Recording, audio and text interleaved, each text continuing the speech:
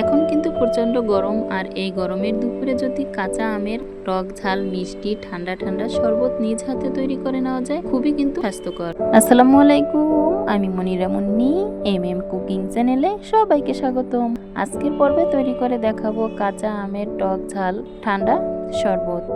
তৈরি করার জন্য প্রথমেই এখানে 2টি আম আগে থেকে পানির ভাপে ভাপিয়ে সেদ্ধ করে চুলা থেকে নামিয়ে ঠান্ডা করে একটা পাত্রে নিয়ে নিলাম। এরপরে উপরের স্কিনটা ছাড়িয়ে ভিতরে থাকা আমের কাক বের করে নিতে হবে। কাঁচির সাহায্যে বোটার অংশটা কেটে নিয়েছি। এরপর হাত দিয়ে চেপে 2 সাইড থেকে আমের ভিতরে থাকা কাক বের করে নিতে হবে। সেম ভাবে 2টা আম থেকে এভাবে ভিতরের আমের কাক বের করে নিয়ে বিচি ফেলে দিব।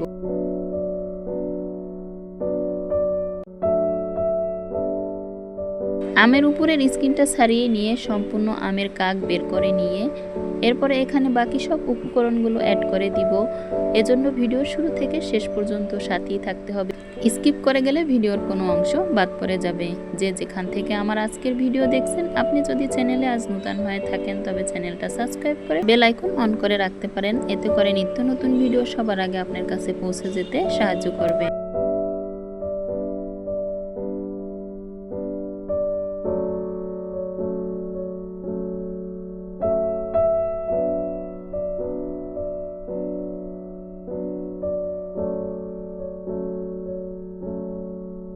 সম্পূর্ণ কাক বের করে নিয়ে এরপরে চামচের সাহায্যে এভাবে আলতো হাতে নাড়াচাড়া করে নরম করে নিতে হবে।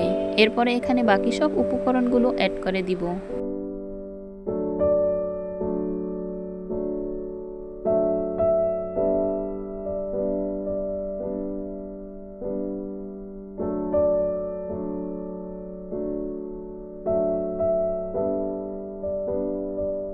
এক পর্যায়ে কিন্তু খুবই নরম হয়ে আসছে, আর এই পর্যায়ে কিন্তু সাইডে রেখে দিব।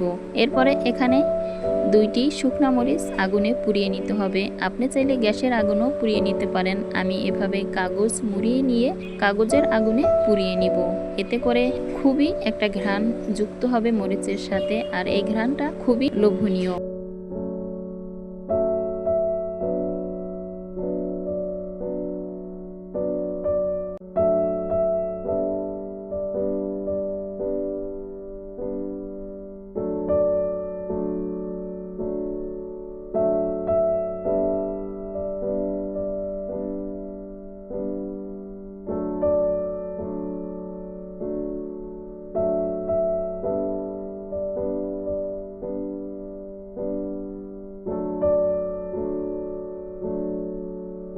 মরিচ এভাবে হাতের সাহায্যে গুঁড়া করে নিয়ে অ্যাড করে নিব। এরপরে এখানে স্বাদ মতো বিট লবণ অ্যাড করে দিব। আপনি চাইলে এখানে সাধারণ খাবার লবণও অ্যাড করে নিতে পারেন, তবে বিট লবণটা অ্যাড করে নিলে স্বাদের পরিমাণটা একটু বেড়ে যাবে। এরপরে স্বাদ মতো চিনি অ্যাড করে দিয়ে নরমাল পানি অ্যাড করে নিতে পারেন, তবে আইস অ্যাড করে দিতে হবে।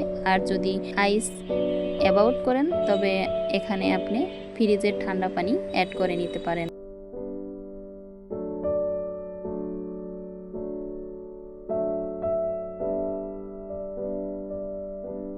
আর তৈরি করে সাথে সাথেই পরিবেশন করে নেবেন। এ পর্যায়ে কিন্তু আমি এখানে ফ্রিজে থাকা ঠান্ডা পানি অ্যাড করে নিলাম। উপকরণটা ভালোভাবে মিশিয়ে নিতে হবে। যতক্ষণ পর্যন্ত চিনি পানির সাথে মিশে যাবে না সে পর্যন্ত ভালোভাবে মিশিয়ে নিতে হবে। এরপরে পরিবেশনের পালা।